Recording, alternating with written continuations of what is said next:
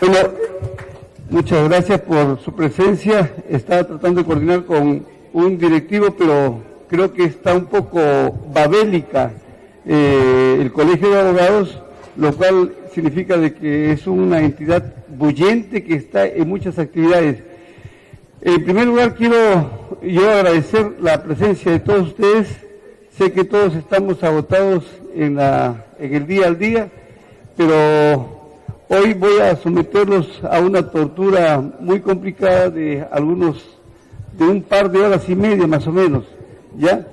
Así que les pediría que traten de resistir, espero no aburrirlos, y yo quiero en estos momentos conversar sobre 5 lecciones de derecho procesal constitucional, ¿no? En la medida en que los temas que se vienen abordando a nivel cosmopolita, estos aparatos a veces se interrumpen. Vamos a colocarlo en silencio, se pone acá. Ya. Son ejes temáticos que me interesa compartirlos con ustedes. Desde ya no voy a venir con una postura del profesor acartonado, formal, solemne, sino que voy a tener un estilo un poco a lo que es mi persona. De manera que todo lo que yo voy a desarrollar va a tener todo un trasiego teórico. Lo que pasa es que lo voy a decir en términos un poco más informables, en la medida en que me interesa que se divulgue las últimas tendencias corrientes, no solo de lo que viene emitiendo el Tribunal Constitucional, sino de la parte dogmática y acaso de la formación y consolidación de los tribunales constitucionales y de esta disciplina llamada hoy Derecho Procesal Constitucional.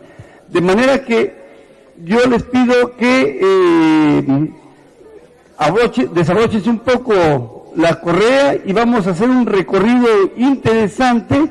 Un poco vamos a hacer, cada lección tiene varios tramos, conforme lo vamos a poder ya ir desarrollando. No sé si sería uno que vaya. ¿Perdón? No, ya lo enviaron acá.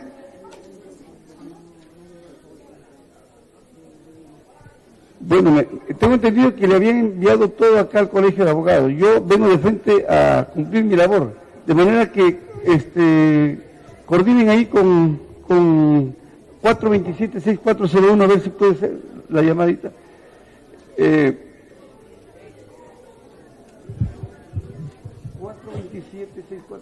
a ver si es que hay alguien ahí. Bueno, el primer eje temático, ya esto me incomoda un poco, va a ser, la primera lección es teorías, y no es necesario esto porque yo soy profesora a la antigua, ¿ya? Teorías y fundamentos del derecho procesal constitucional. Primera lección, primer tema, primer eje temático, teorías y fundamentos en torno al derecho, teorías y fundamentos en torno a la defensa de la Constitución. Miren, colegas, para poder entender lo que es el amparo, el habeas corpus, el habeas data, un proceso de inconstitucionalidad, es necesario un poco navegar en la parte histórica de cómo es que surge hoy esta disciplina denominada Derecho Procesal Constitucional. En consecuencia, para ello es necesario un poco revisar históricamente ciertos momentos, acaso episódicos, que surgen en la década del periodo de entreguerras. El periodo de entreguerras es entre la Primera y la Segunda Guerra Mundial. Entonces surge aquí, para poder entender este primer tema, que es teorías y fundamentos en torno a la defensa de la Constitución, primero hagamos esta pequeña reflexión. Toda Constitución es cosa buena.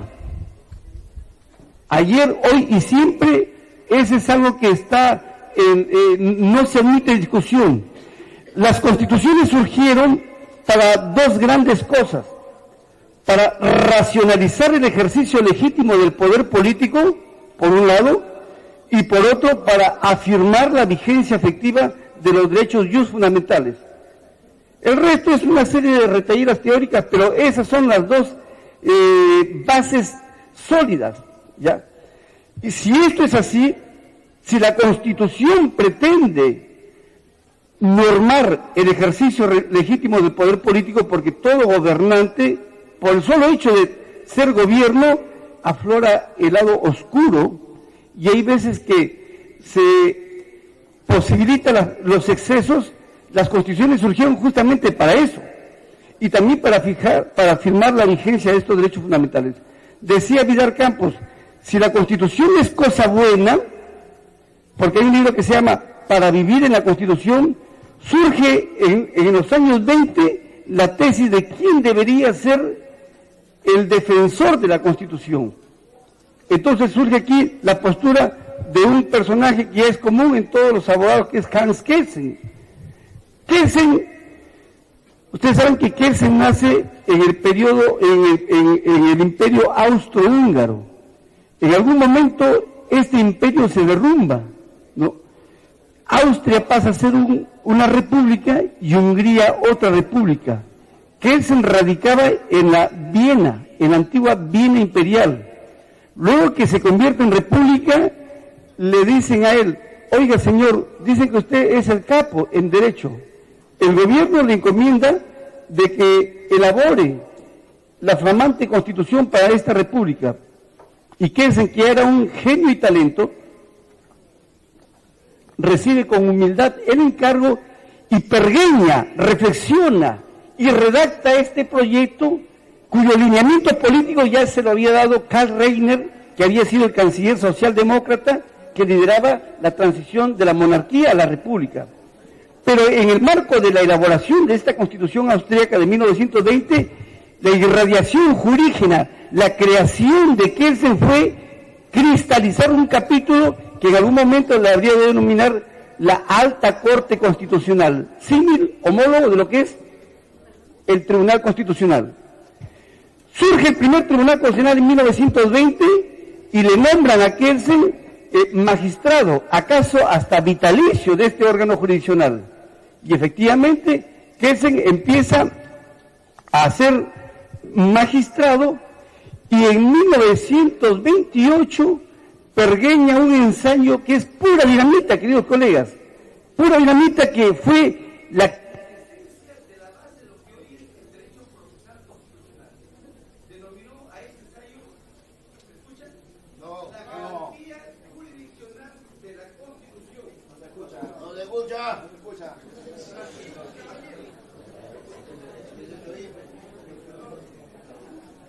garantía jurisdiccional de la Constitución, paréntesis, la justicia constitucional. Eso fue lo que escribió Kelsen en 1928. Ya él había estado como magistrado, porque luego en 1931 es echado del Tribunal Constitucional Austriaco. Esa es toda una historia que por ahora no habría que comentarla, pero los vientos antisemitas ya estaban en la Viena, en Alemania, en todo el periodo de lo que era el preludio de lo que sería la Segunda Guerra Mundial. El hecho es que Kelsen establece esta de que debería haber un órgano,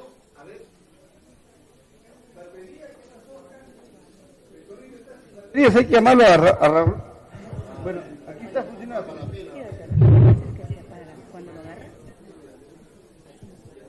¿Sí? Tendré que agarrarlo, pero así. Bueno, estos son expertos los cantantes, yo soy pro...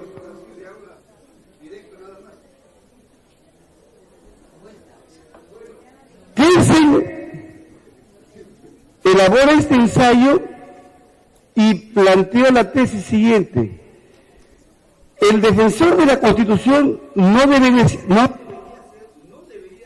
ni el legislativo, ni el ejecutivo, ni el judicial, sino un órgano distinto a esa triarquía clásica de poderes del Estado. Ni el legislativo, porque era el modelo francés, ni el judicial, que era el modelo de la Judicial Review,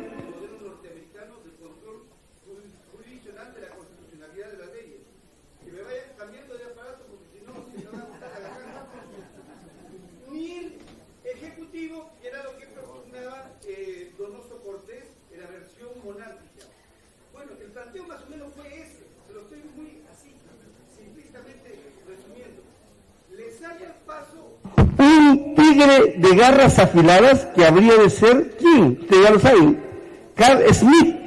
Y Carl Schmitt plantea la tesis de que el defensor o el guardián de la Constitución debería ser el tercer Reich, es decir, para la versión republicana, el jefe de Estado, el poder ejecutivo, el presidente de la República. Es más, Schmitt escribe un libro que se llama El defensor de la Constitución, y ahí le muerde la yugular a Kelsen. Y el detalle que está en editorial Tecnos es fascinante. Sucede fácil. Los entendidos que estamos metidos en este negocio académico dicen que hay que tener mucho cuidado de ELCA, por favor, porque ya estoy gritando, se ha apagado. Sí, pero así está cada rato que se apaga y se prende. Mejor cámbiale de. Si no van a decir que las pilas bajas es el profesor. Como el sector, ahorita siempre está, pero con las pilas brillante,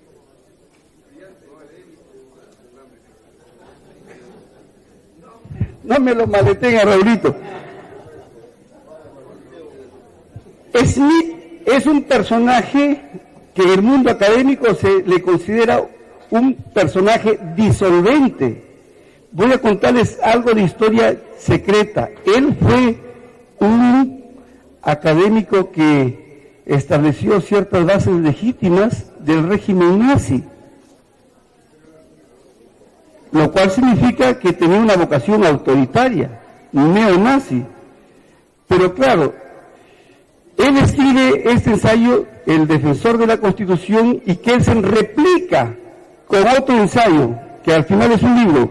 ¿Quién debe ser el defensor de la Constitución? Y es ahí donde Schmitt le dice, tú, Kelsen, estás judicializando la política.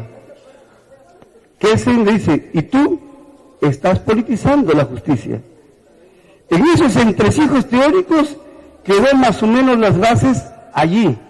Hay que tener cuidado de la lectura de esta celebérrima polémica de Kelsen y Schmitt, porque efectivamente, a la larga, quién ganó, quién perdió, la historia le ha dado la razón a Kelsen. Pero si ustedes desarrollan la lectura con lupa, la argumentabilidad de Carl Schmitt es más demoledora. Es por eso que decía, muchos académicos dicen, hay que tener mucho cuidado cuando se lee a Schmitt, porque así como los fármacos, no se dice, algunos remedios, suministrese bajo prescripción médica, manténgase fuera del alcance de niños, hay que tener cuidado de leer a Schmitt, a no ser que el despistado lector termine encriptado con una concepción neonazi. Pero es que no fue neonazi, porque yo aquí he escrito algunas cosas de Schmitt reivindicando su labor democrática. Yo conocí en España a los nietos de Schmitt. Schmitt terminó en un campo de concentración de los que habían sido neonazis o nazis, y al final él salió libre. Y ahí en Santiago de Compostela, donde yo estuve, sacó un libro que se llama Saliendo del cautiverio, en donde él prácticamente hace una especie de contrición y enmienda, pero reivindica su postura libertaria, porque él no había estado vinculado a los nazis, y es más, los nazis le odiaban. Total, Schmitt terminó ni con la postura democrática de los que llegaron los alemanes, los norteamericanos, los franceses, etcétera, ni mucho menos con los rusos que también llegaron, sino que él tuvo una postura muy compleja.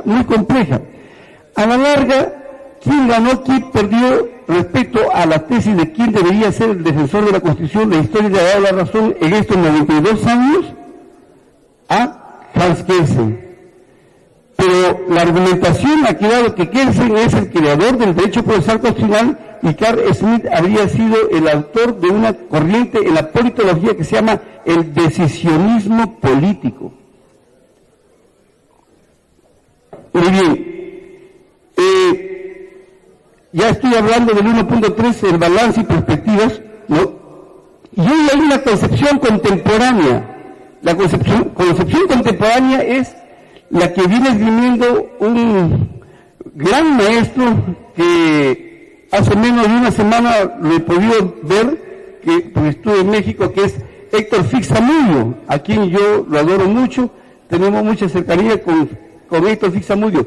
Y fíjense, colegas, nosotros somos de Perú, de América Latina, de nuestro Iberoamérica. Ocurre que dentro de nuestro país y dentro de nuestra Latinoamérica debemos a un mexicano el que ha desarrollado las grandes bases contemporáneas en torno a la defensa de la Constitución y lo esgrime Fix Zamudio. Él está ya por los 88 años, ya anda un poquito malito, pero ahí está. Trejo, don Fix Zamudio, que ha venido en varias oportunidades acá, la Católica en algún momento le dio el honoris causa. Fue presidente de la Corte Interamericana y ha escrito infinidad de textos. ¿Qué es lo que plantea Fix Zamudio? Que la defensa de la Constitución, él lo bifurca, queridos amigos, lo divide en dos grandes rubros. ¿Ya? No se me aburran, caballeros, no se me aburran, en dos grandes rubros. Por un lado, él habla de la protección de la Constitución y por otro, de las garantías constitucionales. Esto es, el planteo que él esgrime es el siguiente: para que exista una verdadera defensa de la Constitución, es necesario que haya una protección de la Constitución. Y lo visualiza así: para que haya una protección de la Constitución, es necesario que se den estos presupuestos. Uno, que haya una división de poderes. Solamente lo voy a enunciar porque sería fatigoso conceptualizar. Pero, y cada uno de nosotros hacemos: uno, división de poderes. Dos, que haya una constitución económica. Aquí sí me detengo, porque él dice, en toda constitución económica se tiene que garantizar la propiedad, se tiene que establecer también el régimen del presupuesto. Y él mismo dice, en una familia cualquiera, la familia debe gastar conforme lo que entra. No se puede gastar más lo que hay de ingreso. Lo mismo ocurriría en un Estado. No se puede dar prestaciones de derechos fundamentales de carácter prestacional si no hay plata. Es un tema muy complicado. Pero él establece este segundo presupuesto de la Constitución Económica. 3. Los mecanismos de participación popular, o sea, la democracia semidirecta. Es necesario que en todo Estado haya iniciativa popular en la formación de las leyes, remoción, revocación, rendición de cuentas, referéndum, ¿no? Entonces, todos esos elementos son parte de lo que se rodea en lo que es la democracia semidirecta, porque no hay democracia directa ahora. Muchas veces muchos dicen democracia directa. Paquito Miró Quesada, el director del Diario de Comercio, tiene un libro que se llama Democracia Directa y Derecho Constitucional. No es democracia directa, es democracia semidirecta. No existe democracia directa. Y si no existió, existió en la vieja Grecia de aquel entonces. Pero hoy es imposible que todo el pueblo gobierne directamente, sino que se gobierna por delegación. Entonces, en tercer lugar, estamos hablando de, uno, ¿qué dije? División de poderes. 2, constitución económica. 3, mecanismos de participación popular, entiéndase democracia semidirecta. 4, supremacía de la Constitución, que es un enunciado tautológico porque hoy ha de respetarse que toda la Constitución es suprema. Y 5, que la reforma constitucional tiene que ser a través de un mecanismo agravado, es decir, no se puede reformar entre gallos y medianoche una Constitución como que si fuera una ley. Más o menos esos componentes rodean lo que se llama la protección de la Constitución. Pero eso no es lo que nos interesa. A ustedes y a mí nos interesa el otro segmento, las garantías constitucionales, que es el gran aporte que hizo mundialmente Fix Zamudio. Y él dice, toda Constitución tiene que establecer, ella misma tiene que establecer mecanismos de autodefensa. Esos mecanismos de autodefensa son instrumentos de naturaleza procesal, son remedios procesales que va a tener una persona, natural o jurídica, para poder afirmar, tutelar, restituir los eventuales derechos cuyo titular les ha sido despojado mediante un acto lesivo, un agravio constitucional. Y es ahí donde él pergeña lo que hoy denominamos ya en nuestra mentalidad, a partir del Código Procesal Constitucional hasta la actualidad, procesos constitucionales. Y acuérdense, ya veo algunas personas de base 50 para arriba, en la cual yo estoy, de la 23.506, que se denominaba antes las garantías constitucionales y ahora son los conceptos de procesos constitucionales, que es un concepto más idóneo, más compatible con la naturaleza procesal de lo que va a ser la defensa de la Constitución. Grosso modo, ahí tenéis una, obviamente muy simplista, por cierto, porque son cinco temas que voy a conversar. Ahí tenéis un primer tópico sobre las teorías y fundamentos que subyace en torno a la defensa de la Constitución, cuyo reflexionar se ubica en el periodo entre guerras y que habría sido dos grandes académicos, Kelsen y Smith, y sobresale uno que perdí, que es Héctor Fisamudio. Hasta ahí tenéis la primera parte de esta primera lección. Entraríamos ahorita, pasamos a la segunda lección, que es el derecho procesal constitucional como derecho procesal. La segunda lección va a comprender dos grandes temas: los orígenes históricos del derecho procesal constitucional y los orígenes científicos del derecho procesal constitucional.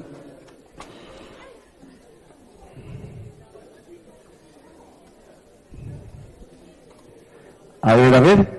Bien. Miren, los orígenes históricos se remontan, hay un viejo amigo y maestro también que es don Néstor Pedro Sagüez, que viene, es caserito, viene permanentemente acá a Perú, ¿no? Y este es un académico que ya ha sido magistrado de la Corte en Rosario, ya está jubilado como profesor, está jubilado como magistrado, y ahora se dedica a la vida alegre, es decir, a pasear y a dar conferencias, que sería el ideal que yo tendría también en algún momento, ¿no? Porque hay que buscar la felicidad de a poquito, si hasta aquí se cumple, se es feliz, ¿no? Entonces, él dice que nuestra disciplina tiene 3 cumpleaños, ¿no? Pero yo he hecho un pequeñito aporte, este cholo del Perú ha hecho un pequeñito aporte, y yo digo, no, compadre, no, maestro, son 4 cumpleaños que vamos a conversar. El primer cumpleaños es, primero hago un paréntesis, mejor.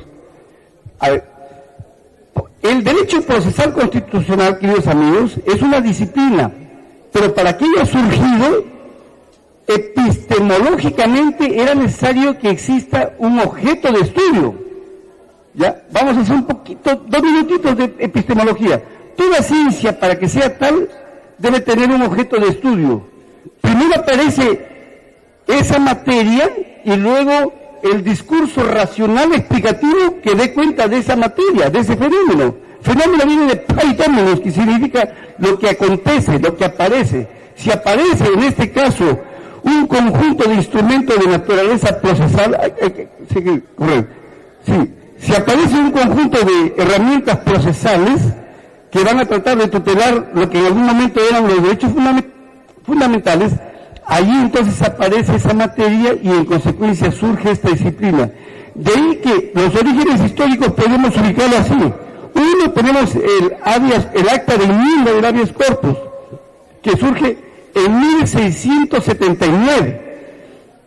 ¿Por qué? Porque el habeas corpus es un subjuntivo imperativo que significa traerme el cuerpo. Por eso a algunas colegas jóvenes, si el enamorado le dice habeas corpus, no, todavía hasta que se casen. Traerme el cuerpo es eso.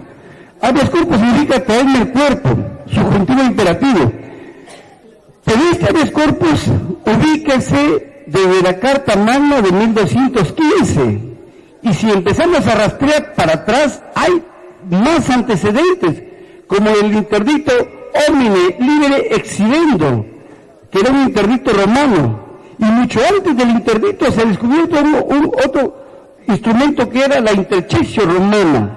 Pero eso no nos interesa más bien aquella norma que era una especie de ley amplia y existe, está vigente, está todavía vigente en la Inglaterra contemporánea, pero este documento viene de la vieja Inglaterra medieval de 1679. Ahí hay un primer hito en materia de derecho procesal constitucional. Luego tenemos el segundo caso, que es el archiconocido sentencia del caso Melville versus Mayerson, que ya ustedes lo saben y me exonero. pero muy brevemente puedo decir este es un caso, es un lady case, es un caso líder. El tema es el siguiente: en algún momento un presidente norteamericano está ya por terminar su periodo y a la última hora nombra a varios magistrados, entre ellos al presidente de la Suprema Corte. Fue Jean Marshall al que fue nombrado. Normal. Y luego ya a la hora 19, este presidente Jean Adams nombra a otro magistrado que es Marbury. Pero luego cuando entra otro presidente, este presidente Jefferson le dice a su ministro de Justicia, que allá en Norteamérica se le llama secretario, no le dé las credenciales a este compadre, porque es del otro partido. Entonces, este señor Marbury, que había sido nombrado magistrado, pero no se le había entregado las credenciales, interpone una especie de proceso de cumplimiento. Versión norteamericana, un mandamos. Entonces, le interpone la demanda contra Madison, que era el ministro o secretario de Justicia. A la postre, ese caso llega a la Suprema Corte. Lo normal que hubiera ocurrido de repente en nuestra idiosincrasia latinoamericana es que el presidente de la Suprema Corte, que era correligionario del demandante, le hubiera dado la razón. Pero no. ¿Qué ocurrió? De que Jean Marshall, dice la leyenda, no es leyenda, es la historia, se demoró 2 años en votar la sentencia. Y al final se fue por la tangente y más o menos pergeñó lo siguiente. A ver, ¿cómo lo resumo? Así. Él dijo, o una de dos, o la Constitución está por encima de una ley, o una ley está en igual jerarquía que la Constitución.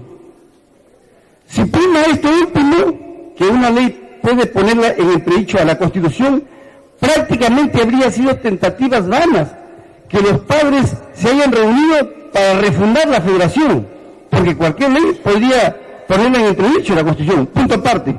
O prima la primera tesis, que la Constitución está por encima de una ley. Si esto es así, cuando los jueces de la federación se encontraran en un caso en concreto que una norma ordinaria no compatibiliza con la Constitución, los jueces de la Federación desaplican a la ley y prefieren a la Constitución. Queridos amigos, se generaba el famoso modelo de la judicial review, de la revisión judicial o del control judicial de la constitucionalidad de las leyes. Ahí tenemos prácticamente ese es otro origen, otro hito. Luego tenemos un tercer tramo, el amparo. El amparo que surge en México, pero a través de un estado federal que es el estado de Yucatán. Y el mentor fue don Manuel Crescencio Rejón, que fue el político y abogado que estuvo en esa constituyente, y dentro de la evocación gramatical de amparo, de amparar, de defender, cristalizó esa herramienta sin saber que luego tendría que expandirse en los 4 continentes. Y ese es otro hito, porque el amparo tutela ahora todos los derechos fundamentales. Y el cuarto tramo es la Constitución Austríaca de 1920, que ya mencioné porque les he conversado que se creaba el Tribunal o la Alta Corte Constitucional. Señorita, por favor.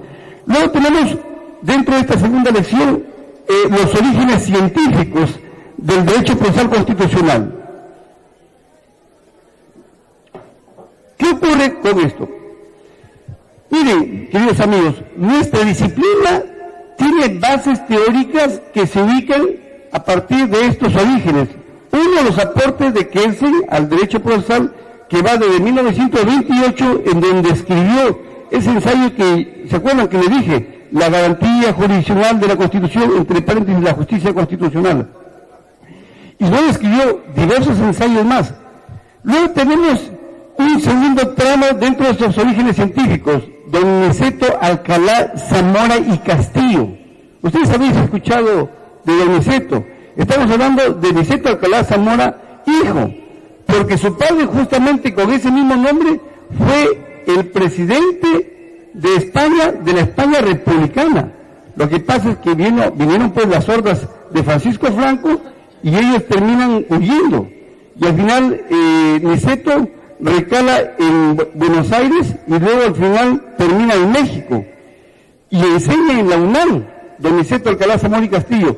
Don Niceto fue padre espiritual de don Héctor Fix Zamudio. Héctor Fix Zamudio que acaba de aludir, ¿se acuerdan?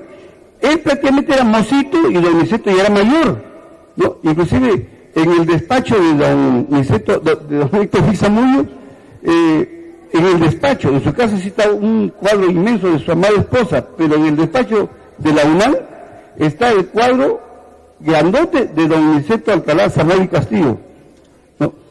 Entonces, ¿qué ocurre? Que Niceto Alcalá Zamora y Castillo tiene un libro que se llama Proceso, Autocomposición y Autodefensa. Algunos sí se ubican. Él, don Niceto, fue el que dice, Eureka, está surgiendo una nueva disciplina.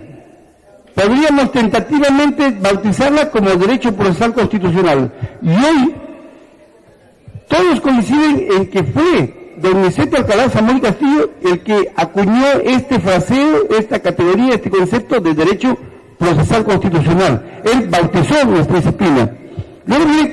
Luego tenemos a Couture. Couture, en algún momento, en este periodo, también entre los años 40 a 60, escribió entre sus 3 tomos clásicos de estudio de Derecho Procesal, en el primer tomo hay un ensayo sobre la Constitución y el proceso civil.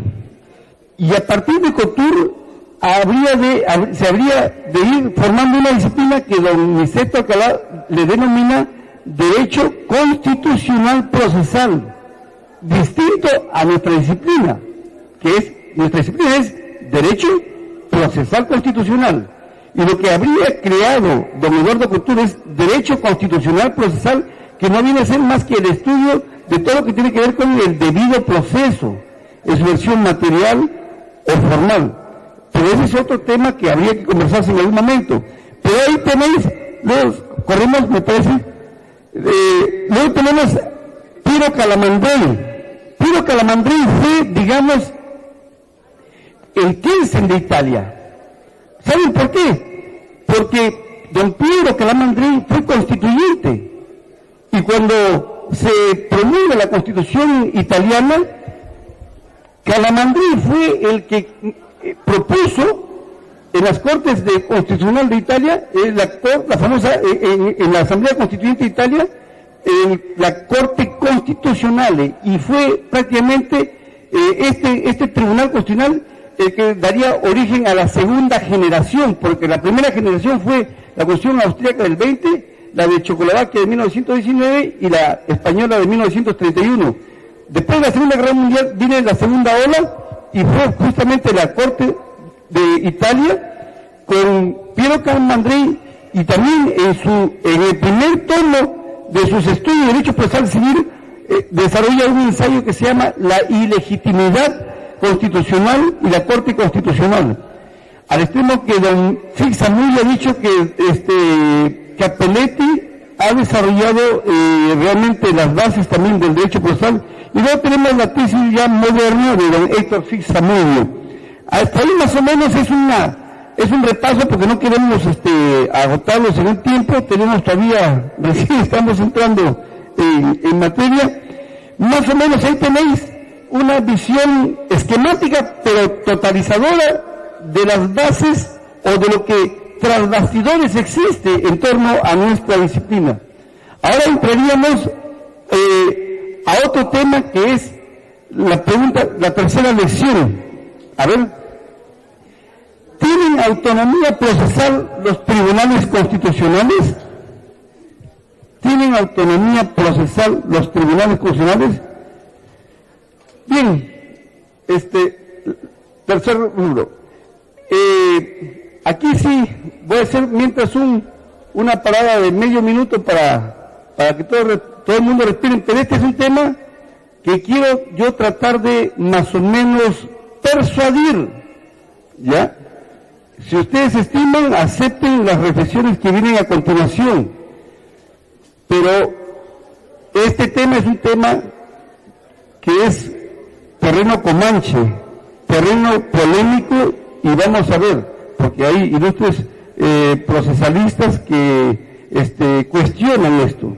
Y yo lo que vengo haciendo es en América Latina replanteando el tema en lo que es el justo medio.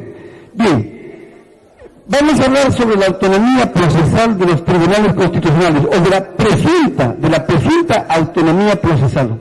Un poco de agüita. Yo creo que le falta un poco de pisco acá porque ya mi garganta recién empieza. Bien, bueno, hasta aquí cómo va la cosa. Espero que el tiempo que ustedes están disponiendo acá les sea mínimamente útil, queridos amigos. Yo estoy muy contento.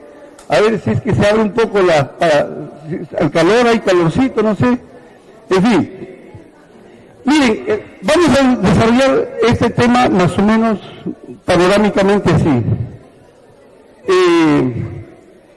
¿Qué cosa es, en primer lugar, la autonomía procesal? Vamos a hacer una descripción conceptual, pero sin poner una postura de uno, porque yo tengo cierto interés en algo, pero yo voy a hacer primero una descripción objetiva. Por autonomía procesal, más o menos podemos decir lo siguiente: por autonomía procesal ha de entenderse aquella posibilidad que tienen los tribunales constitucionales, tribunales, cortes, salas constitucionales, aquella posibilidad para crear o recrear reglas procesales o procedimentales. Esa creación puede ser de la dinamización de la legislación procesal constitucional preestablecida, una especie de punto y coma, o creación que no se debe a ninguna legislación, sino que es cosecha propia de los tribunales. Pero esa creación ubícase en dos variantes: creaciones que no están previstas, y otra variante, creaciones que no solamente no están previstas, sino que lo que se crea explícitamente está en contra de lo que está preestablecido. Para que se vaya entendiendo, la autonomía procesal en todo caso se expresaría, en nuestro modesto entender, y esta es ya una parte de nuestra cosecha, en dos variantes, en dos modalidades, en dos clases, dos tipologías. Podríamos hablar de una autonomía procesal autárquica o paralegislativa y una autonomía procesal interpretativa o delegada. ¿Qué es lo uno y qué es lo otro? En este momento lo digo. La autonomía procesal autárquica o paralegislativa, de ahí su nombre, sería, nuevamente cogemos el concepto, aquellas reglas procesales o procedimentales que crean los tribunales constitucionales, pero una creación autárquica de cosecha propia de los tribunales, no dimana, no proviene de la legislación procesal, en este caso no proviene de nuestro Código Procesal Constitucional, sino que son reglas que las desarrollan los tribunales y que a lo mejor puede significar creaciones discutibles, que ya lo veremos luego. Pero esta autonomía procesal es una autonomía cuestionada. Los políticos dicen, están usurpando la labor del legislador, etcétera, etcétera. Y en fin, la otra es la autonomía procesal interpretativa o delegada, que diríamos que es la pacífica, la que habría que aceptar, en mérito del cual trátase de reglas procesales o procedimentales, pero que son sobre la base de lo que nuestra legislación procesal ha previsto, y como consecuencia de ello el tribunal se ha visto obligado a dinamizarlas, a tornarlas dúctiles, a recrearlas. En todo caso, la autonomía procesal delegada interpretativa es una recreación, y la autonomía procesal autárquica o cuasi legislativa es una heurística creativa. Heurística es el arte de saber crear o inventar cosas. ¿Ya? Pues bien, hay críticas a la autonomía procesal, entre otras. Se dice, por ejemplo, que afectaría el principio de la legalidad procesal, porque las partes se someten a un proceso Y ese proceso es desarrollado de acuerdo a lo que está previsto y ¡juácate! El tribunal cambia, el piso y se cambian las reglas, ¿no? Yo mismo como abogado, porque yo, queridos amigos, ya mañana más tarde, yo retorno a mis cuarteles de primavera a ejercer esto, la cátedra y la defensa. Y no me gustaría que me estén cambiando las reglas procesales, ¿no es cierto? Por lo mismo, vulnera el principio de seguridad jurídica, porque la seguridad jurídica, el núcleo duro que envuelve la seguridad jurídica, ¿cuál es? Predictibilidad. Si el propio Tribunal Constitucional, llamado a establecer y a consolidar la seguridad jurídica, las cambia, pues se está llevando en contra de la seguridad jurídica, ¿no? Luego tenemos, a ver, señorita, por favor, vaya corriendo, tenemos más, lo nombro acá, secretario de actas. ¿Por estamos? No, pero hasta ahí, ¿no? ¿Tiene? Ya. Límites a la autonomía procesal. Habría un límite que llamamos el principio de corrección funcional, que consiste, mejor dicho, muchos autores dicen, bueno, convengamos que existe autonomía procesal, pero en todo caso, traten de no ejercerla, pues, compadre, le dicen los académicos a los magistrados. No la ejerzan, porque ocurre pues justamente que se lleva en cuenta el principio de legalidad de la seguridad jurídica. Hay que autorrestringirse. Dos, el principio de la prescripción de la arbitrariedad, ahí está mal escrito. En todo caso significa que muchas veces cuando se establece nuevas innovaciones procesales, si eso va a generar arbitrariedad, pues mejor que no lo haga. Tercero, principio de seguridad jurídica que ya lo hemos señalado. Y cuarto, el principio de máxima protección de los derechos fundamentales. Esto es, si esas reglas han de significar un vaciamiento a la tutela judicial, al debido proceso, pues no se haga, no se desarrolle.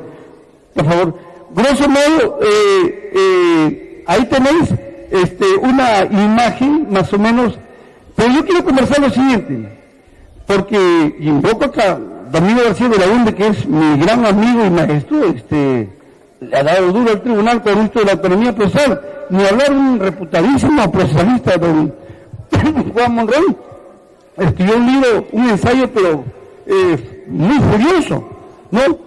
Un ensayo con su actitud muy sabrosa de su relación, pero dijo la tenue luz del tribunal y la autonomía, etcétera, etcétera. En todo caso, yo voy a dar un panorama para demostrarles que esto no ocurre en el Perú, o que los magistrados no se están despachando porque somos irresponsables, no, sino que eso ocurre en todos los sistemas comparados. Veamos, un brochazo panorámico de la autonomía procesal a nivel comparado. Ya tenemos la creación de la Judicial Review, que ya me exoneran conversar. La Constitución norteamericana en 1787 no establecía que los jueces deben desaplicar normas contrarias a la Constitución. Fue una creación pretoriana. ¿Acaso el caso que me he dicho de Jan Marshall? Dos, la introducción del amparo en Argentina. En Argentina no existía el amparo, existía el habeas corpus para la tutela de la libertad individual. Y hubo un caso célebre que en estos momentos, por razones de tiempo no debo explicarlo, pero ahí, a partir de un fallo de la Suprema Corte de la Nación Argentina, se creaba el amparo para tutelar, homologable al habeas corpus de la libertad individual, redimensionarlo para los demás derechos y fundamentales, con el nombre de amparo, y no fue por creación por ley. Luego tenemos el Tribunal Constitucional francés. Este Tribunal Constitucional, si bien no se trata de una regla procesal, creó una fórmula extraordinaria. Ellos crearon lo que hoy existe en todo el mundo occidental, que es el bloque de constitucionalidad. A ver, ¿en qué consiste el bloque de constitucionalidad? De que la Constitución que se encuentra en la pirámide que señala de mayor jerarquía, no solamente es ella, sino un bolondrón de normas más. ¿Como cuál? Como la Declaración Universal de los Derechos del Hombre y del Ciudadano, de 1789. Es una norma recontra viejísima, pero que tiene el regusto histórico de tener vigencia, por ese regusto histórico, queridos amigos. Y aparte de esta Declaración Universal, está también un preámbulo anterior a la Constitución del año 49 de Charles de Gaulle, más una suerte de ley orgánica del Poder Judicial. O sea, son cuatro o cinco normas que tienen esa jerarquía de lo que es el bloque. Entonces, ahí tenemos. ¿Nosotros tenemos bloques de constitucionalidad? Claro que sí. Es nuestra Constitución más las leyes orgánicas. De manera que el Tribunal Constitucional, queridos amigos, puede declarar inconstitucional una ley ordinaria si esta ley no compatibiliza no solamente con el parámetro de la Constitución, sino con una ley orgánica. De manera que de repente esa ley no se lleva de encuentro a la Constitución, pero sí a la ley orgánica. El tribunal puede declararla por bloque de constitucionalidad inconstitucional, ¿no? ¿Qué más? La tipología de las sentencias interpretativas. Miren, aquí sí ya me siento porque la edad ya no me permite. Un respiro. Doctorcita, pero yo le dije a nuestro Raulito que le ponga un pisco biondi. Aquí hay varios caballeros que son pesqueros. Pisco biondi, no es que yo tenga acciones pero es un buen pisco, se toma puro, es agradable, abriga y a lo mejor se logra algo con la esposa.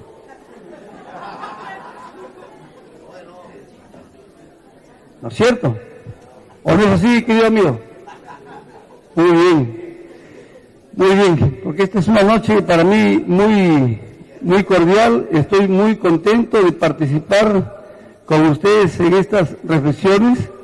Nuestra pasión, nuestra vida es el mundo académico, a la cual yo ya estoy casi virtualmente despidiéndonos del tribunal, pero estaremos conviviendo con ustedes en las publicaciones, en las invitaciones y cualquier consulta que también en algún momento hayan por internet. Después que deje el tribunal, no hay ningún problema, aquí me tenéis. Estoy yo prácticamente para la patria, para el país y para los colegas. Bien. Miren, ¿qué ocurre con la Corte Constitucional en Italia? Cuando los italianos empezaron a observar que llegaban sendas demandas de inconstitucionalidad en el contexto también de la Guerra Mundial, ellos dijeron, ¿y ahora qué hacemos? Muchas veces, si declaramos inconstitucional una ley, más va a ser un no beneficio que beneficio el declarar inconstitucional las leyes. Hay veces que el remedio resultaba peor que la enfermedad. Entonces, Costantino Mortati, que tiene un célebre ensayo sobre este tema, más o menos logró utilizar la distinción que ya se hablaba en el mundo de la argumentación jurídica, porque ahora, queridos amigos, al menos a los colegas ya base 50 para arriba, en sus ratos de ocio de vez en cuando lean algo de argumentación jurídica. Yo en España me eduqué en ese tema de la argumentación jurídica de Teodoro Fibre, Chaí Pereman, Robert Alexis, que es todo lo que es la tópica jurídica, la nueva retórica y la argumentación jurídica. A lo que voy. Para que se declare, estamos hablando de las tipologías de las sentencias interpretativas. Para que, los tribunales de Italia muchas veces preferían no declarar inconstitucional la ley, sino emitir una sentencia interpretativa. Y lanzo esta frase que sí es apodíctica: toda sentencia interpretativa es una sentencia desestimativa. Esto no se va a entender, pero lo van a entender ahorita. Si alguien plantea una demanda de inconstitucionalidad, sin 5.000 ciudadanos, qué sé yo, una demanda de inconstitucionalidad, formalmente los tribunales pueden declararla desestimativa, o sea, infundada, pero materialmente les está dando la razón al emitir un fallo que se llama sentencia interpretativa. Y aquí hacen una distinción entre lo que es la norma y la disposición. En la argumentación jurídica se dice que todo precepto tiene dos componentes, la norma y la disposición. La disposición es el texto que está ahí, que uno lo lee. El sujeto verbo predicado de la oración jurídica, el enunciado lingüístico, eso se llama la disposición. Y lo que trasciende como operador deóntico, esa es la norma. Ocurre que cuando alguien plantea una demanda de inconstitucionalidad, lo que hacen los tribunales constitucionales es mantener impertérrita, intacta, el fraseo, el texto, el párrafo, la oración, la disposición, pero le cambian el sentido de la pretensión normativa. Entonces los tribunales dicen, se declara infundada la demanda, debiéndose entender que esto que dice así debe entenderse de esta otra manera. Eso se llama sentencia interpretativa. Y hay veces que es mejor no declarar formalmente inconstitucional una ley, sino emitir una sentencia interpretativa, del cual lamentablemente nuestros ilustres padres de la patria de vez en cuando empiezan a gritarnos de que estamos usurpando sus atribuciones competenciales porque estaríamos haciendo labor de legislador positivo. No es legislador positivo. No existe, es un mito eso de que los tribunales son legislador positivos, no. Lo que existe es que primigeniamente Kelsen habría querido que sean los tribunales legislador negativo, que simplemente declaren inconstitucional una ley, pero conforme han pasado los tiempos, de la concepción primigenia se han redimensionado las cosas, y hoy la mayoría de tribunales constitucionales emiten sentencias interpretativas. No quiero entrar en más detalles, pero a partir de estas sentencias interpretativas, queridos colegas, hay sentencias interpretativas manipulativas, sentencias de recomendaciones al legislador, de inconstitucionalidad por omisión, o sea, hay un montón de tipologías. Dicho sea de paso, está saliendo una segunda edición que hemos sacado sobre las sentencias constitucionales de Perú, y ahí decimos toditita los fallos de estas sentencias que acabamos, que acaba el tribunal en un compendio muy grande que está por salir dentro de poco, porque ya se agotó la primera edición. Bien, ahí tenéis, queridos amigos, un brochazo panorámico, por favor, de lo que ocurre a nivel comparado.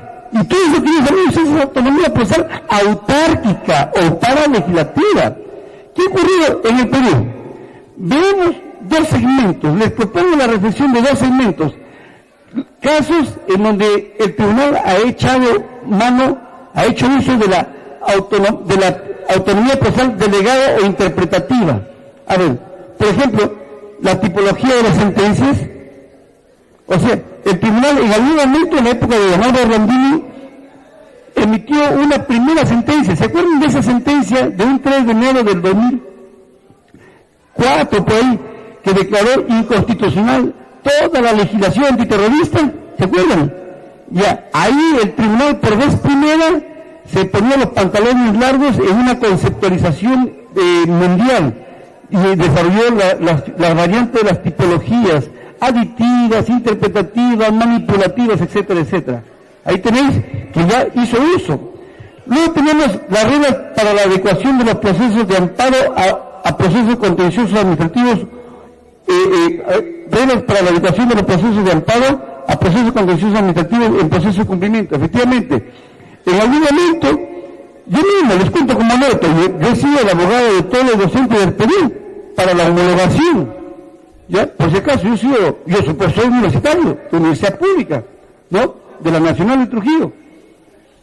Cuando interpuse demandas de cumplimiento, en pleno proceso, que éramos miles de miles, me viene el precedente vinculante 0168-2005, y me cambiaron la regla de fuego.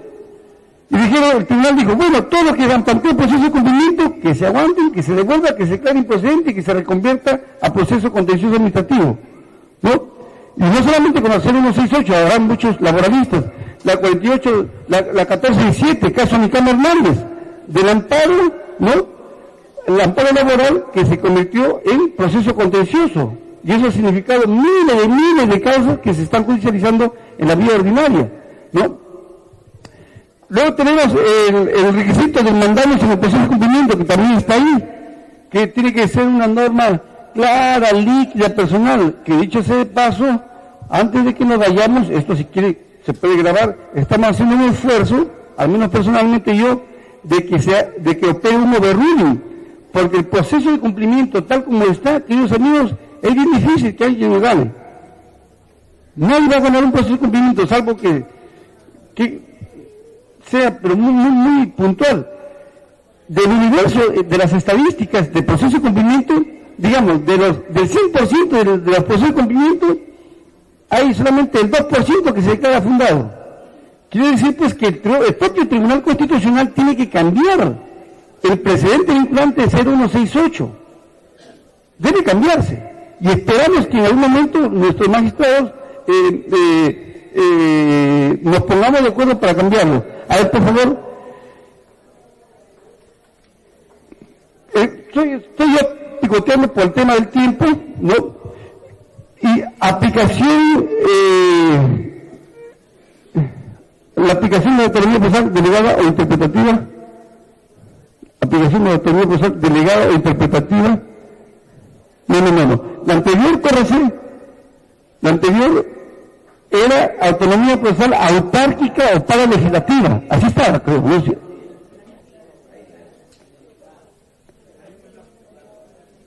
Ya. Esta es autonomía procesal interpretativa delegada. A ver, siga. Sigue. Está en la misma. Seguimos en la misma. Interpretativa delegada. Tenemos, todavía sigue. No, digamos que, avancemos. Ya, estoy nada más. Repito, sigue el tema de lo que es la autonomía interpretativa delegada. Tenemos el iura novi curia y la suplencia de la queja deficiente. A ver, queridos amigos, esto que les voy a dar es un tip para que ganen procesos. Muchas veces el abogado está muy ocupado y yo siempre he dicho lo siguiente. Y eso yo lo escuché pues a don Florencio Mixán Más, nuestro amado maestro, pero luego redescubro que lo había tomado de don Eduardo García Maínez en su clásico libro Introducción al Derecho. En el mundo de la relación bilateral abogado-cliente hay tres componentes. Uno, tener el derecho, que depende de quién, del cliente. Otra, saberlo pedir, que depende de quién, de nosotros los abogados. Y tres, que se lo den, que depende de quién, de los jueces, ¿ya? Pero muchas veces los abogados, en el trajinar de la vida, están con tantas cosas que a veces lo plantean así, un poquito, hagamos también autocríticas, porque siempre el abogado tiene que ponerle pasión al caso, ¿no? Y hace pues una demanda así muy light. Entonces, light, por no decir pues otra palabra, porque si no voy a pensar que eso es una mentada de madre, ¿no? El hecho es que el tribunal ha hecho una distinción entre el iura novi curia y la suplencia de la queja deficiente. Miren, si ustedes chequean la antigua ley 23.506, en esa ley se establecía la suplencia de la queja deficiente, pero con el actual código ya no existe la suplencia de queja deficiente a declarar desestimativa la pretensión. El buen juez tiene que sustituir lo errático de la invocación y colocar lo que era pertinente y declarar la estimativa fundada. Iura novi curia, que me hace recordar el viejo texto de don Montesquieu. Ahora sí me está doliendo la gargantita, voy a pedir agua de pisco, la verdad. En el espíritu de la ley se decía, los jueces son seres inanimados, sin vida, son la boca que pronuncia la ley. Iura novi curia. Pero el tribunal ha reconocido que sí existe la suplencia de la queja deficiente que se encontraría subsumido en el iura novi curia. Pero, ¿qué puede ser suplencia de queja? Vamos a conversarlo. Consiste en los errores de naturaleza procesal en que incurre el que postula a un proceso constitucional. Si hay algún error de naturaleza procesal, el buen juez desde primera instancia no le va a chotear la demanda, declarándole in limine desestimativa a través de un auto. No. El buen juez, conocedor del derecho, debe suplir los errores procesales y admitir la demanda. ¿Saben históricamente de dónde surge? En México. Yo en el año 99 estuve en México 3 meses desarrollando mi tesis del doctorado, y entre la lujuria de los libros que se leía encuentro los orígenes de la suplencia de la queja deficiente. Les cuento brevemente. En el periodo de la Revolución, a una dama que es una viejita, una dama, una anciana, pobre y viuda, ya, porque ya, si es viuda, bueno, que pase piola, pero si aparte que es viuda, es viejita y es pobre, Dios mío lindo, porque puede haber una viuda joven y guapa, y si tiene plata, es llanto de un velillo, digo yo. Pero en este caso era de una anciana viejita que le están expropiando un ejido, un terrenito, ¿no? Y ustedes saben que el amparo en México es una federación de procesos, hay el amparo ejidal, entre otros, y esta viejita, esta viuda, interpone un amparo. Y el abogado debe ser un abogado muy listo, pero que no era muy estudioso. Pero lo importante es que los hechos los estableció puntualmente y llegan a las manos de un buen juez. Todo juez, queridos amigos, debe ser magnánimo en parte. Y este juez ve la demanda y dice, uy, este muchacho, este abogado, pues no ha sido muy estudioso, pero está muy bien el planteamiento. Lo que pasa es que ha incurrido en algunos errores procesales. Este buen juez se enternece, suple los errores procesales en un auto y luego lo admite. El juez hizo labor de abogado y lo admite. A partir de ahí surgía la figura, la fórmula del principio de lo que es la suplencia en la queja deficiente. Así se llama. Suplencia, que es prácticamente el de suplir, del verbo suplir, la queja, que es la demanda deficiente, que es el error de naturaleza procesal. Entonces, no está en nuestro código, pero el tribunal ha dicho que se encontraría subsumido efectivamente en iura no vicuria. No sé si me alcanzará tiempo para luego, pero en todo caso remato este tema. A partir de ahí el tribunal, y a mí me cupo el honor de haber enderezado variantes de la suplencia en la queja deficiente. Ahora hablamos, por ejemplo, de la reconversión procesal. De repente alguien plantea un amparo, alguien plantea un habeas corpus, y el tribunal va a declararle fundado, pero como amparo. Pero hace la fórmula de la reconversión procesal y notifica a la contraparte, señor, por si acaso salga nuevamente a hacer un informe oral, pero ya no como habeas corpus, sino como amparo, porque el tribunal va a declararlo esto a lo mejor como un tratamiento de amparo. Entonces, eso es una variante de lo que sería la suplencia en la queja deficiente. Sí. Luego tenemos la actuación inmediata de sentencias. A ver, esto por favor tomen nota, porque esto es ejercicio puro. A ver, voy a contar la historia de cómo surge esta creación. Un muchacho universitario,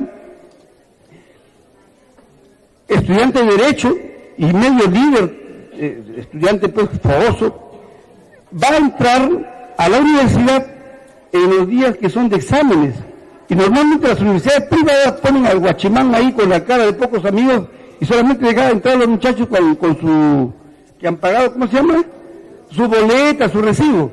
Y este buen muchacho no había pagado, su papá a lo mejor, a veces que los papás no tenemos plata en un momento, después se paga. Pero el chico le dice, no, pero voy a dar examen. No, compadrito, le dice guachimán, si te dejo entrar me votan a mí y ya los dos vamos a estar llorando. Yo no sería dos tú nada más, sino los dos.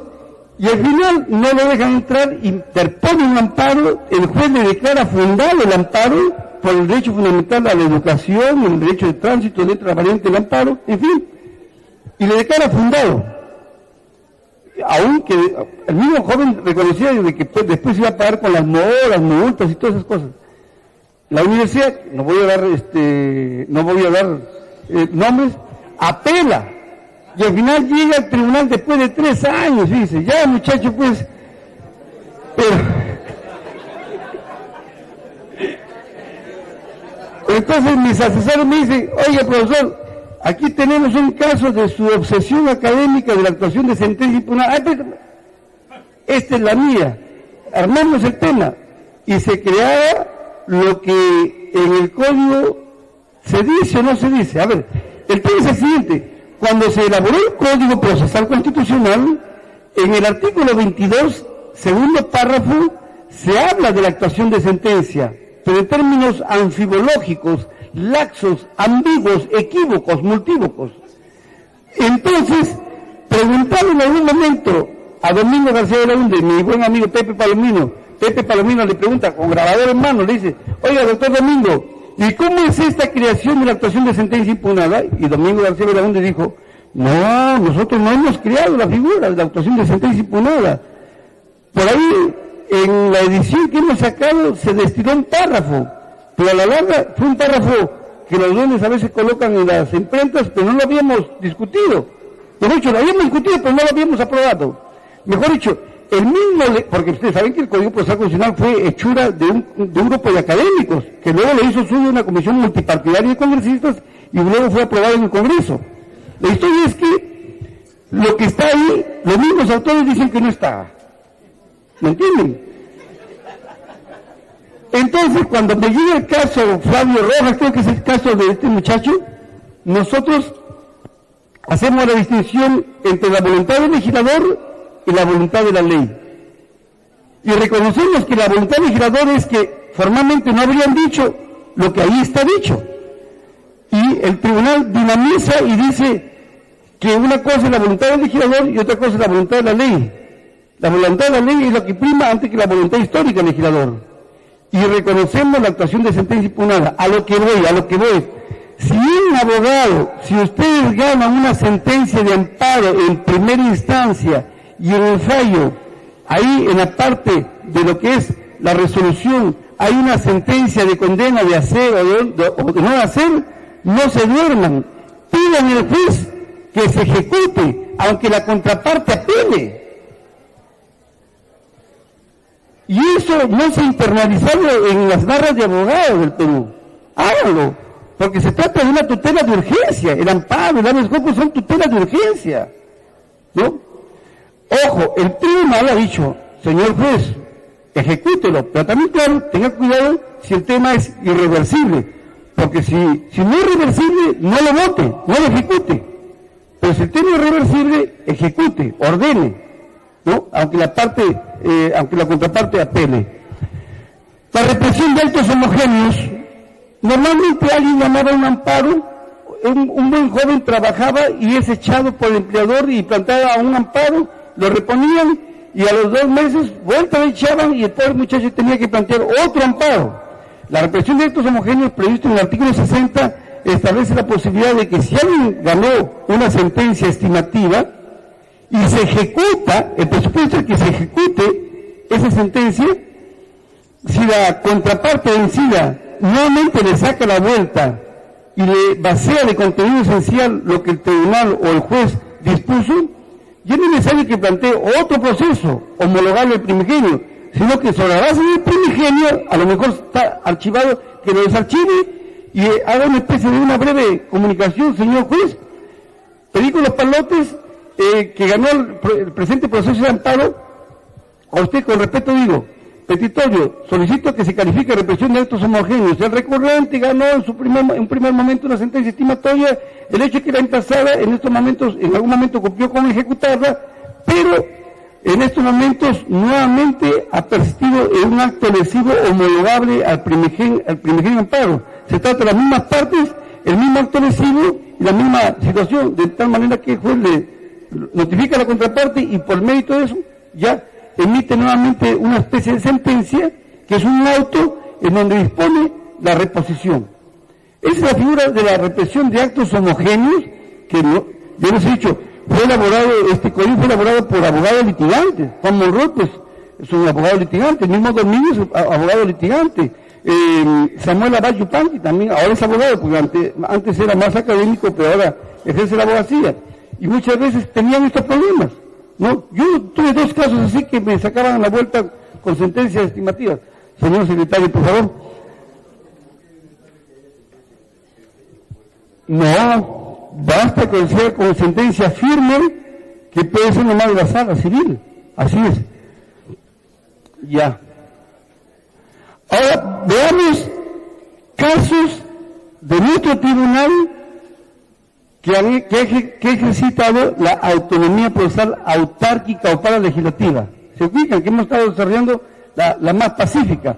Ahora veamos la que es un poquito, como dicen los mexicanos, fallos que constituyen un desmadre, como dicen los mexicanos. Bueno, tenemos el estado de cosas inconstitucionales, que creo que lo omití en la versión panorámica. Nuestro tribunal ha hecho uso de una figura que se llama estado de cosas inconstitucionales. Lanzo el concepto y luego aterrizo con un caso. O primero creo que hago el caso y luego lanzo el concepto. En algún momento llega un amparo de un señor mayor de edad, un amparo previsional, en donde el señor pedía algo que ya el propio tribunal había dicho, de que tratándose de temas pensionarios que tienen que ver con intereses, etcétera, etcétera, un tema de intereses, el tribunal había dicho de que se le otorguen los intereses a algunos justiciables. Pero la ONP, ustedes saben que tercerizan casos, y hay muchos estudios, casi todos son amigos, grandes estudios jurídicos llevan casos sabiendo que tienen la razón, obviamente se ponen la camiseta de la ONP y defienden, niegan, articulan y al final llega al Tribunal Constitucional. El tribunal un poco que dijo, bueno, esto no puede seguir así, es que en este caso son gente de tercera edad. Entonces, a partir de ahí, un grupo de magistrados dijimos, bueno, hay que tratar de ordenar, pero con efecto erga omnes a partir de este caso. Y se emitió un fallo en donde se declaraba un estado de cosas inconstitucionales la conducta de la ONP, que sabiendo que determinadas pretensiones ya habían sido declaradas fundadas por el tribunal con efecto vinculante vía precedente, ellos no debían oponerse, sino debían allanarse. Impuso multa a los colegas abogados y a partir de ahí se generaba varios casos de lo que era el estado de cosas, que a la larga me informan que han tenido que allanarse como cerca de 30.000 casos, lo cual ya es un efecto positivo. ¿En qué consiste el estado de cosas inconstitucionales? Trátase de conductas por acción o por omisión de autoridades o funcionarios cuya conducta desencadena actos lesivos a los titulares, pero de un número indeterminado. Se le afecta a este caballero y simultáneamente a un universo finito pero indeterminado. No sé si me entienden, ¿no? Finito pero indeterminado, ¿no? Este fue a partir de lo que era Colombia. En Colombia los desplazamientos de las guerras de la FARC, todo eso, mucha gente era desplazada y el Estado tenía que poner la suya a estas víctimas. Plantea una dama una acción de tutela y la Corte de Colombia dijo, así como esta se nos vienen miles de miles. Entonces cogieron un caso y a partir de ese caso el efecto de la sentencia era más allá de las partes. Eso es lo importante del estado de cosas inconstitucionales, que sus efectos tienen un efecto más allá de las partes. Y eso genera pues una situación de beneficio para que no se siga judicializando casos que son homologables, ¿no? Luego tenemos el recurso de agravio a favor del precedente. Hay un precedente que es la 4853, de repente algunos se acuerdan de ese precedente, 4853. El tribunal dispuso en algún momento de que, normalmente, ¿quiénes utilizan el recurso de agravio? El demandante perdidoso, como dicen los mexicanos, el querellante, el demandante. Si pierde, él es el único que puede utilizar y activar el RAC, el recurso de agravio. Sin embargo, el tribunal dijo, bueno, un momentito, también puede utilizarlo el demandado. Si el demandado pierde en segunda instancia, el ideal es que ahí, hablando en criollo, muere el payaso, pero no muere el payaso, no hay cosa juzgada, sino que el demandado también puede utilizar el recurso de agravio si es que esa sentencia de un amparo de habeas corpus en Corte Superior está afectando algún precedente vinculante. Entonces se lleva un monto total que a la larga todo el mundo utilizaba el recurso de agravio, tanto demandante como demandado. a partir de, en algún momento, el tribunal dispuso de que se debería establecer un overruling, cambiar la figura y retrotraerla a su versión primigenia en sede constitucional, que solamente se utilice el recurso agrario el demandante, ya no el demandado. Ese caso fue, no recuerdo, pero se llama caso Pro Vías, el overruling. Luego tenemos el recurso agrario a favor del cumplimiento de la sentencia del tribunal y del Poder Judicial y el recurso de apelación por salto. Son creaciones que el tribunal ha venido desarrollando. Por ejemplo, el recurso de apelación por salto, brevemente. Si alguien plantea, digamos, cojamos el caso piloto del joven que es repuesto a nivel laboral, ganó el amparo, pero ganó desde el Tribunal Constitucional. El tribunal dispuso que se le reincorpore y luego baja el expediente y llega al juez de primera instancia. Y el juez de ejecución ejecuta pero mal, o ejecuta, el tribunal dijo, ejecútese A, B y C, y el juez ejecuta A y C, y B no, o de repente nomás A, y no B y C, o por último no ejecuta ninguna, y le saca la vuelta. Entonces, normalmente lo que ocurría es que este pobre demandante que había obtenido victoria, apelaba, iba a la sala civil, luego la sala civil confirmaba, y luego se iba y eran otros 3 años.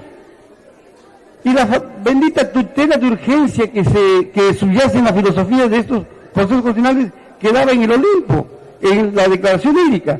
El tribunal ha hecho una real creación del recurso de apelación y ha dicho, está previsto el recurso de apelación, pero este joven, el demandante, ya no puede llegar a la sala para que luego la sala, si lo confirma o no, que vaya al tribunal, sino que después de primera instancia se salte esta segunda y vaya directo al tribunal para que el tribunal fiscalice.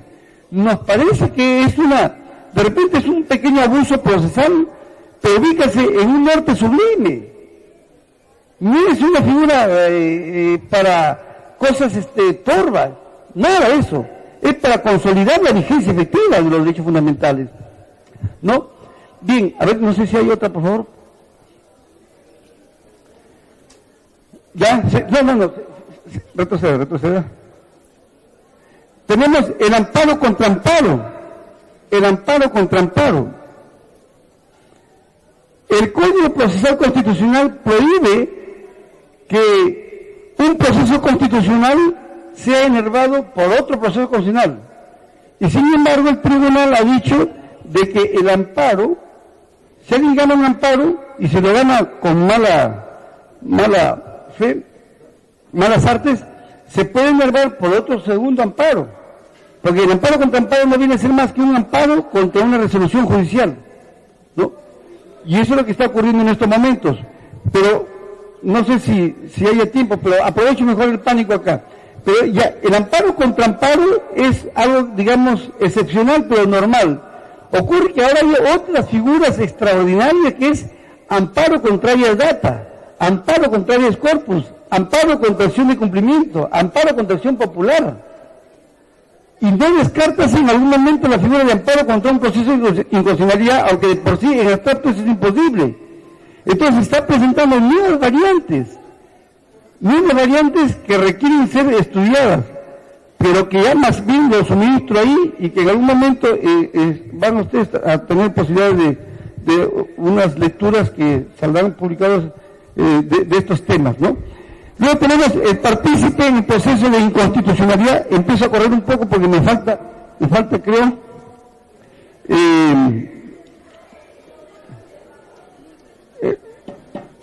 dos temas más. El proceso, el partícipe es una creación del tribunal en donde en un proceso de inconstitucionalidad el tribunal puede pedir que participe un órgano, una entidad que de una u otra manera no es un amicus curia, ¿no? No es un amigo de la Corte, sino que es relevante la opinión de esa persona, de esa entidad, para que pueda emitir un fallo. De repente, por ejemplo, alguien de un proceso de inconstitucionalidad que tiene que ver con el sistema monetario, que participe el BCR, por decir, para que opine algún tema, ¿no es cierto? O de repente un tema involucrado en una situación que tiene que ver con temas electorales, que participe el Jurado Nacional de Elecciones porque sí tiene veta en ese sentido, no es emplazado, pero emite una información que es relevante para el tribunal. La adecuación del proceso de cumplimiento para el control de la inconstitucionalidad por omisión. A ver, este es un tema un poquito abstracto, pero lo preciso así. En algún momento,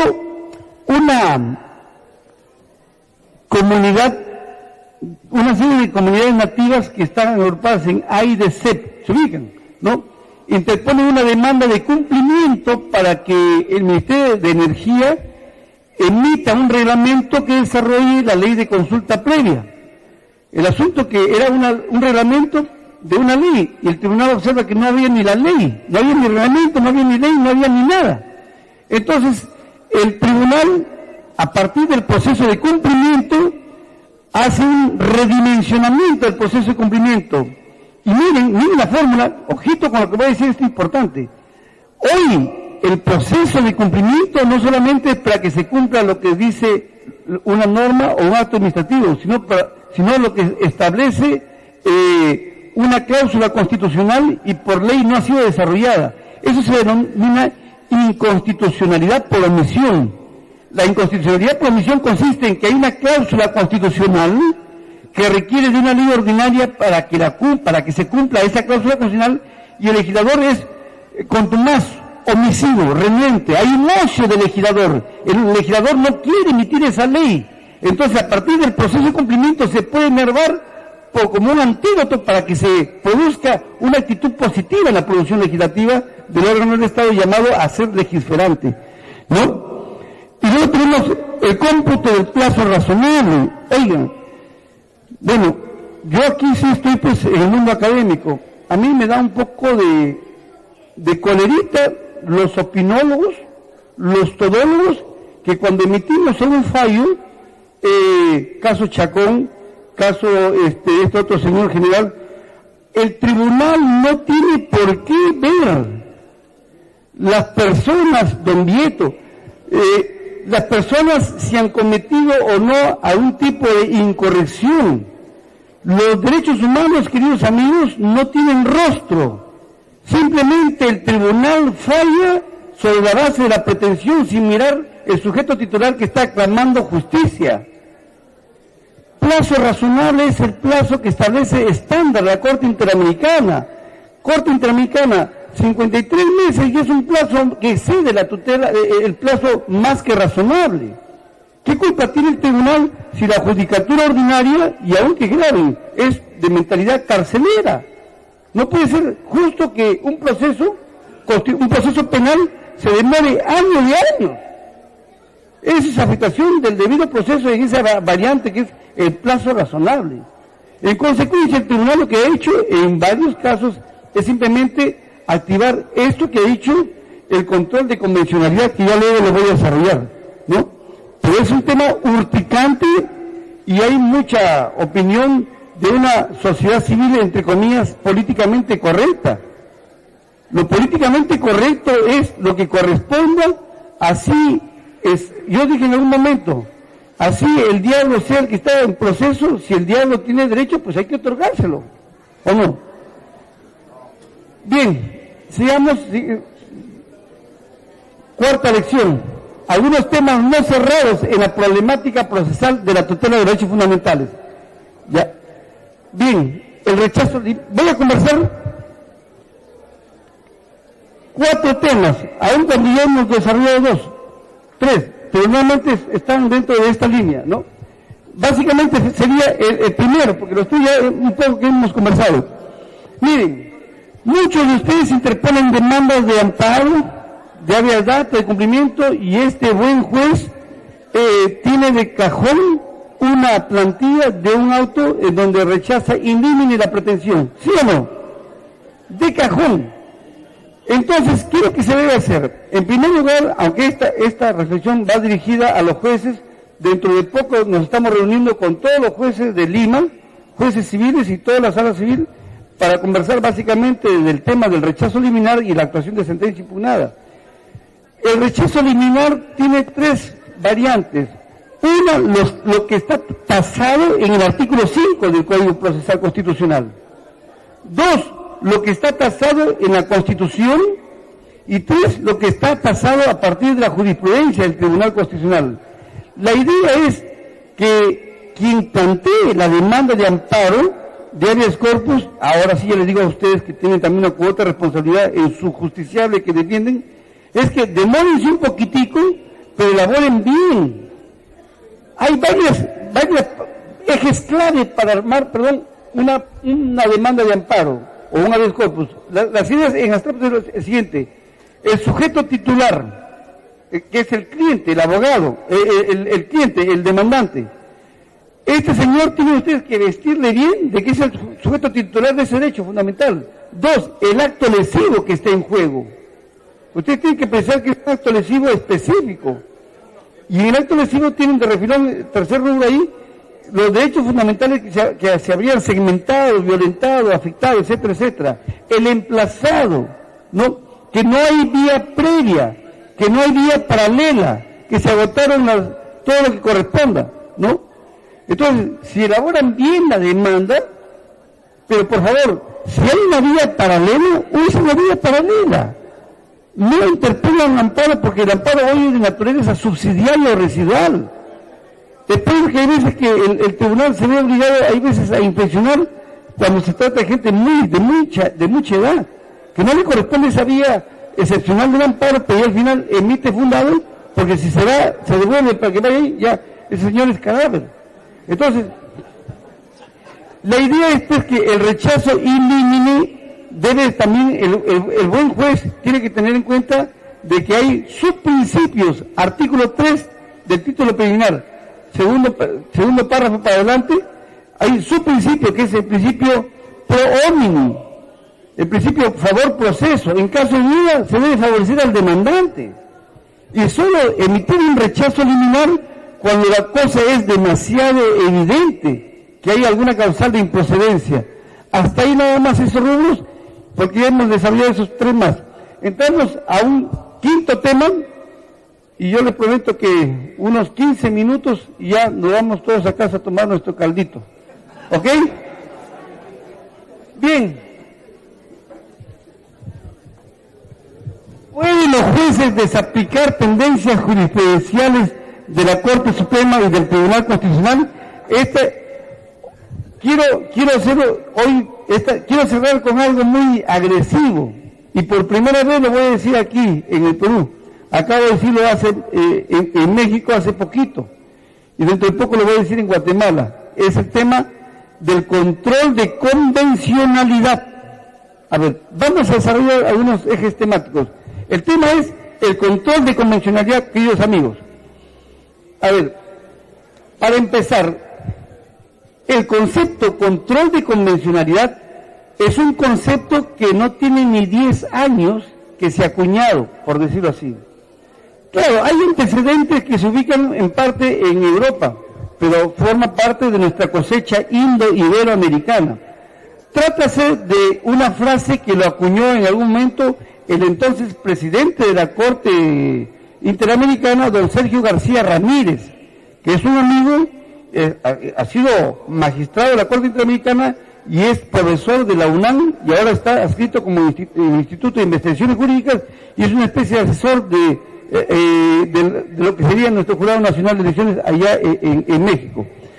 Él, por los años 2003, ha venido acuñando esa frase a partir de lo que se llama votos razonados, pero recién en el 2006 la Corte Interamericana hace suyo ese concepto. A ver, ¿en qué consiste el control de convencionalidad? Vamos a ver si me sale bien la explicación. Para que haya un control de convencionalidad debe haber un conjunto de tratados, en este caso se trata de la Convención Americana de Derechos Humanos, que es una suerte de constitución latinoamericana, y debe haber un órgano jurisdiccional, que es en este caso la Corte Interamericana. Por control de convencionalidad ha de entenderse el control que ejerce jurisdiccionalmente la Corte Interamericana para verificar si el país emplazado ante la Corte, su ordenamiento interno se adecua o no a la Convención Americana. Ese orden interno puede ser leyes, sentencias, caso Villenstein, que le enmendó hace poquito la Corte Interamericana, actos administrativos o de gobierno, actos que pueden ser por acción o omisión, en buena cuenta, todo el ordenamiento interno. Si ese ordenamiento interno se adecua o no al control de convencionalidad, eso lo dirá la Corte. Pero la Corte no solamente evalúa si esas normas internas se adecuan a la Convención Americana, y aquí surge otra figura. Hoy, el control de convencionalidad no solamente está como parámetro la Convención Americana, que es el Pacto Internacional de Derechos Civiles y Políticos, sino una serie de tratados internacionales en materia de derechos humanos. Es por eso que hoy se habla, ojito, oído la música, como decía el Beco, bloque de convencionalidad. Y el bloque de convencionalidad sería lo que está en la Convención Americana, más todos los demás tratados internacionales de la región en materia de derechos humanos. Así como hablamos de bloque de constitucionalidad, homologable ahora es bloque de convencionalidad. El mérito de ello es que existe entonces, la Corte Interamericana viene a ser una jurisdicción supranacional. Y se puede hablar también ahora de una interpretación supraconstitucional. De tal manera que puede, aquí ahora sí aterrizo, puede darse el caso que en un país soberano hay un escenario político para que lleva a que se elabore una constitución, caso Barbados por ejemplo, y en la Constitución de Barbados se establece una cláusula que regula la pena de muerte, lo que también nosotros tenemos acá. La Corte Interamericana ha declarado que eso que está en la Constitución es inconvencional.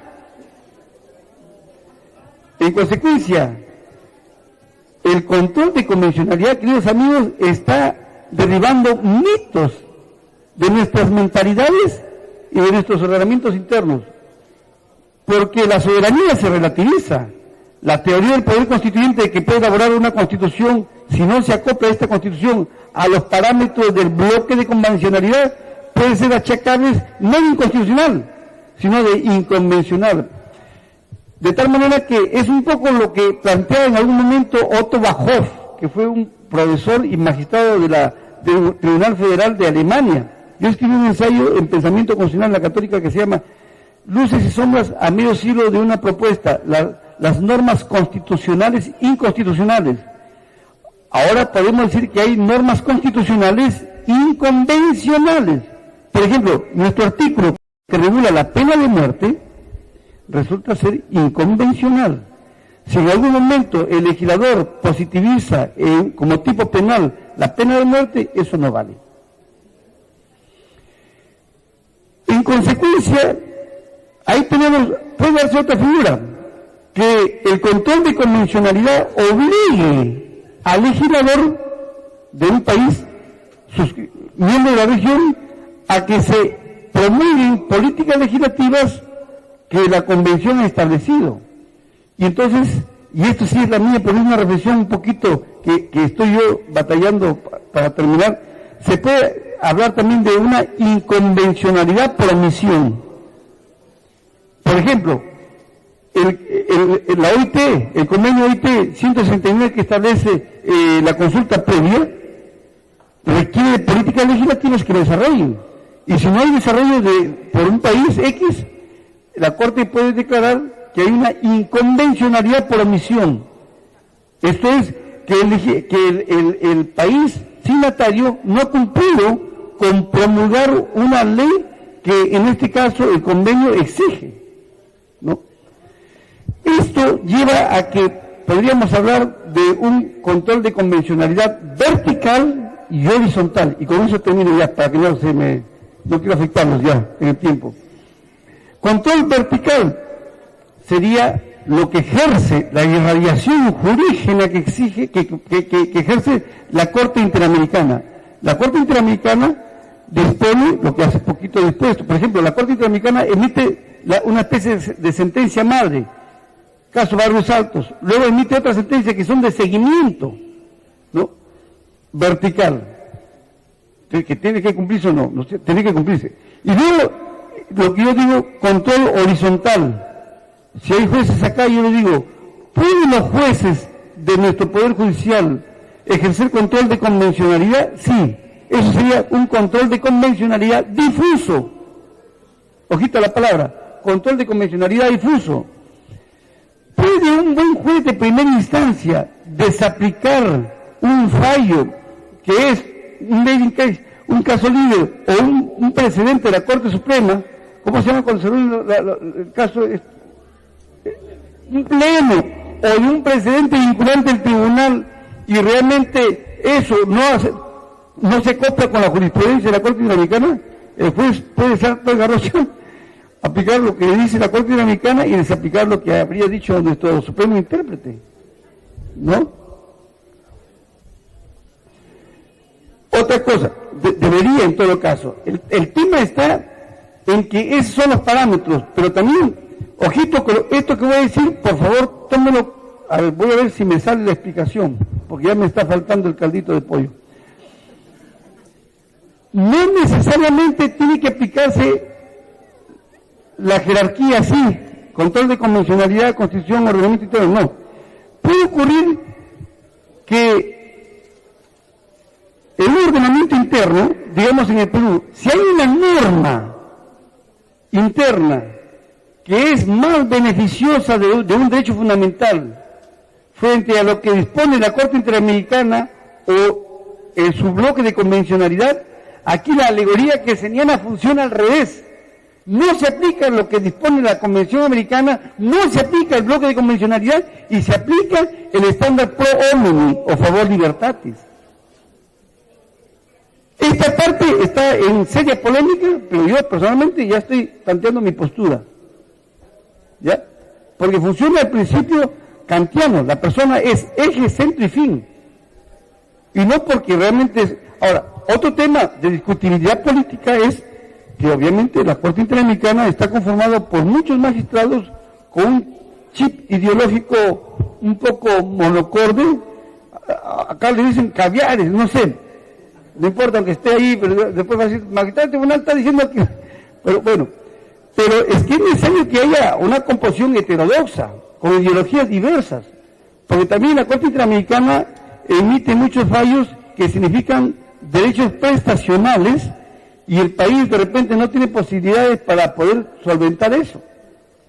Pero son derechos que, como dice Guastini, son derechos en serio y no en broma. Hace poco hemos sacado la homologación de los jueces, que en algún momento el ideal es que los jueces tengan una consolidación de dignidad para que puedan emitir con calma las cosas, y luego que el Perú, todos, el ideal es que todos tengamos una repartición. La inclusión social de este gobierno es que haya inclusión social de todos, en bienes, en el disfrute de los bienes y servicios.